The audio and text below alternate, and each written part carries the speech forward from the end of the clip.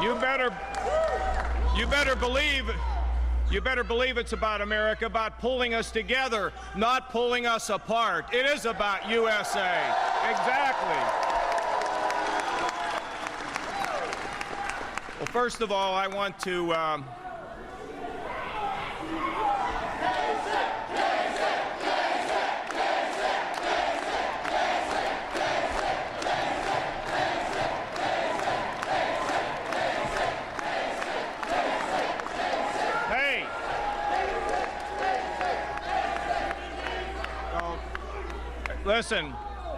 Listen, everybody, let me, hey.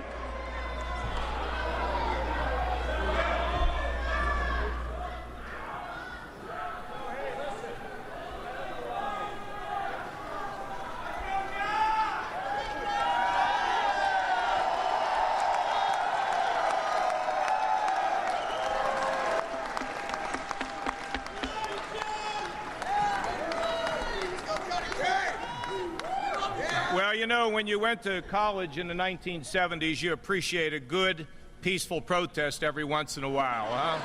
Yeah, you do. First of all, you know, when you're in the arena and you are struggling and you leave your family to go out on the campaign trail and deliver a message to America because you believe that you are the best qualified person to be President of the United States, and you put it all on the line, and your family puts it all on the line. And I want this crowd here tonight to give a great response to a very, very great, talented, and fine United States Senator Marco Rubio for the effort that he has done.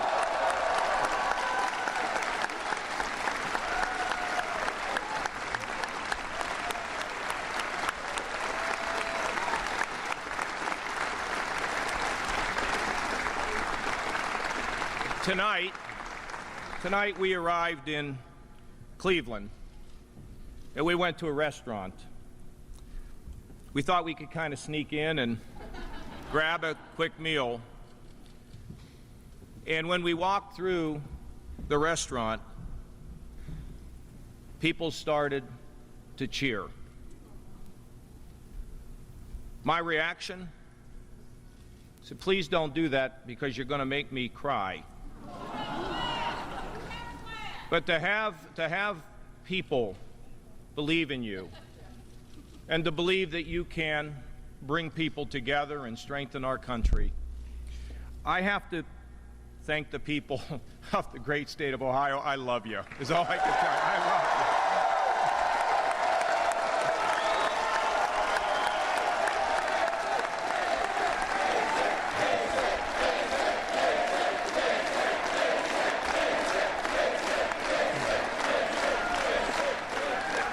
You know, when I became governor of Ohio, I went to New York, and I met with some of the rating agencies.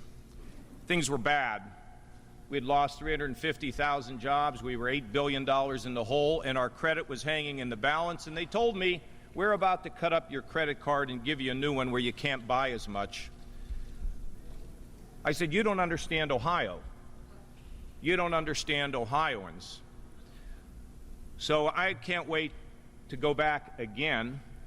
We're now up 400,000 plus jobs.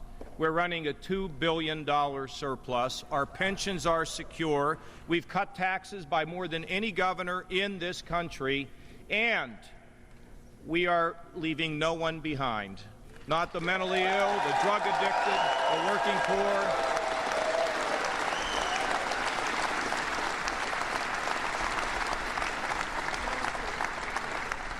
And I don't know whether you can actually serve a meal of words, but I would like to go back to those credit rating agencies with them where they can learn to eat their words about doubting Ohio, huh?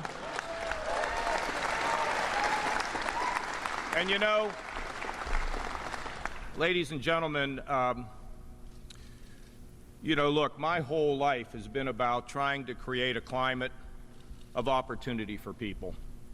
You know, as my father carried that mail on his back and His father was a coal miner, and you know, I just was told by my cousin, I didn't realize this, that my mother, one of four, was the only one to graduate from high school. The other three barely made it out of the 8th grade because they were poor.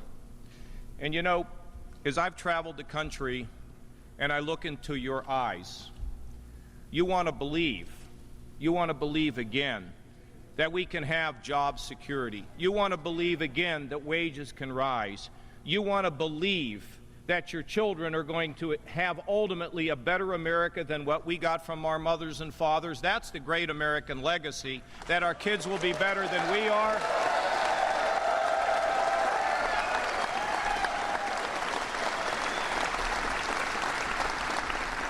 And I want people in Ohio to know, as I think you do, I want people around the country to know that I understand these tough issues. I grew up in these situations in that little blue-collar town in McKees Rocks. And in my mind's eye is the need to forget the politics, forget the pollsters, forget all the focus groups, because you see, I represent you. And it is my job to look at these situations and these problems and to listen to you. And then it's my job to go and fix them. And if that means at times I have to take some heat, well, then that's just the price of leadership in America, okay?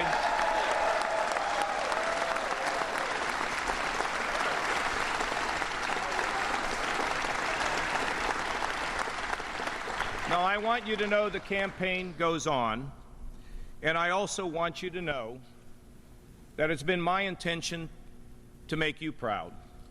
It's been my intention to have young people all across this country watch somebody enter into politics, even though I labored in obscurity for so long, people counting me out, people in Ohio saying, why don't they ever call on him, okay? We get all that. But we put one foot in front of the other, and I want to remind you again tonight that I will not take the low road to the highest office in the land.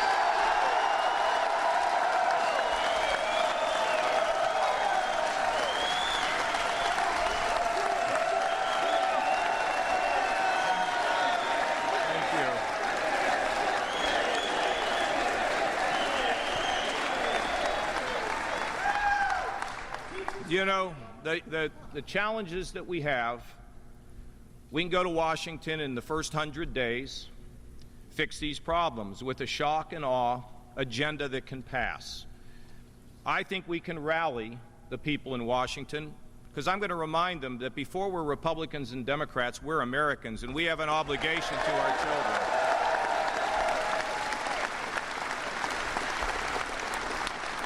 But I really believe this and want you to know this. And maybe in many respects, this is why I've been given a chance to stand here tonight and have earned a victory. You know, the Lord's made everybody here special.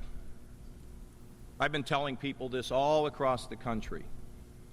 Nobody, sir, has ever been made like you before, and no one will ever be like you again. And young lady, you're here in a moment in time.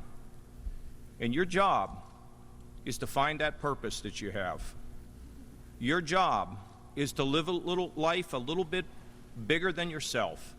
Your job is to be a center of healing and justice and hope in whatever way we can. If we're a school teacher, we give up money to change lives. If we're a nurse, we work 15 extra minutes when we're dead on our feet because we want to assure a family that things are going to be okay. And if we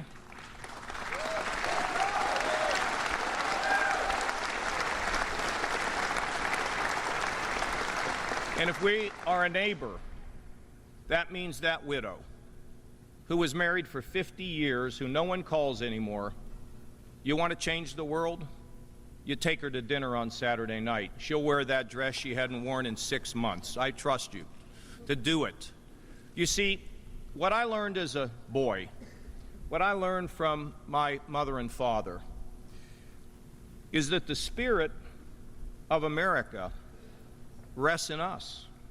It doesn't rest in a big-time politician, the big wigs. Look, you hire us to go do the job, plain and simple, to create an environment of economic growth and opportunity. But that's not where our spirit is.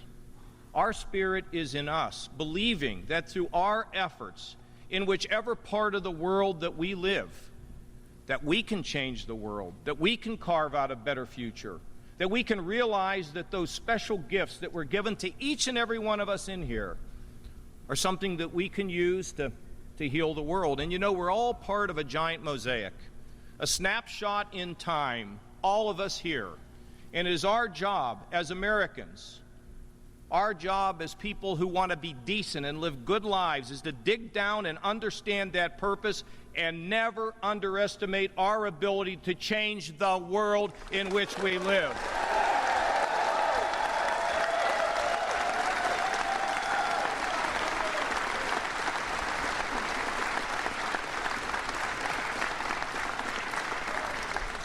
Well, guess what? Tomorrow, I'm going to Philadelphia. And then I'm going, I don't know, all over the country, okay? And many of you have traveled around this country trying to help me. You know what?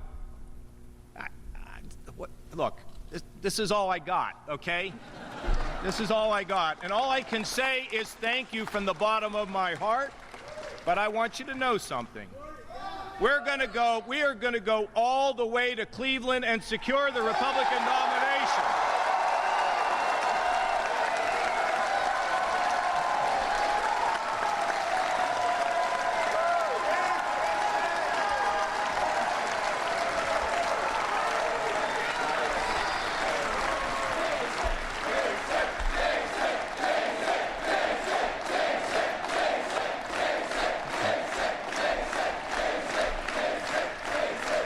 You know, I also want to thank, you know, my father was a Democrat all of his life. He was. We had a lot of Democrats that said they didn't like a socialist agenda or a left-wing agenda or big government. I want to thank them for coming over in this election and putting their confidence in me. Because, you know, I think we all know that conservative principles can work. The common sense can work. The shifting power and money and influence from that big place in Washington and moving it to where we live, that empowers us. That's the direction for our country. That is the direction for our country. And finally, I want you coming out on the road. I want you continuing to do what we've been doing all over this country. I'm getting ready to rent a covered wagon. We're going to have a big sail and have the wind blow us to the Rocky Mountains and over the mountains to California. But here's what I want you to know.